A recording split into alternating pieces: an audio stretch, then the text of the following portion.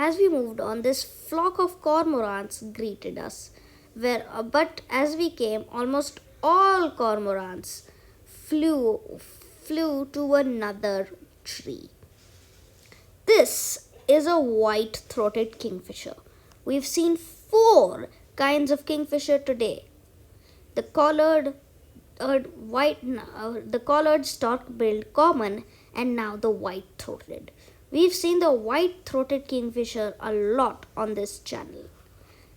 These two cormorants did not go with their flock and decided to remain on this tree. As you can see here, this common kingfisher is flying across the river, and here a Brahminhi kite, which is also happily sitting. This is an egret, an intermediate egret, yet again, sitting on a branch. And once we reached the dock, a new kind of heron, the green heron, greeted us.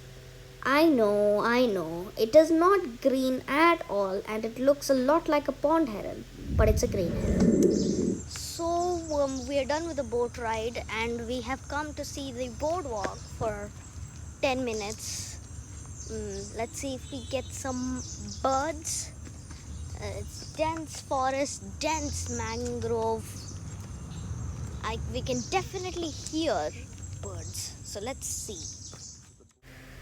This snail shell was one of our only sightings, along with two fiddler crabs, which were completely unexpected, one behind and one in front of the snail shell.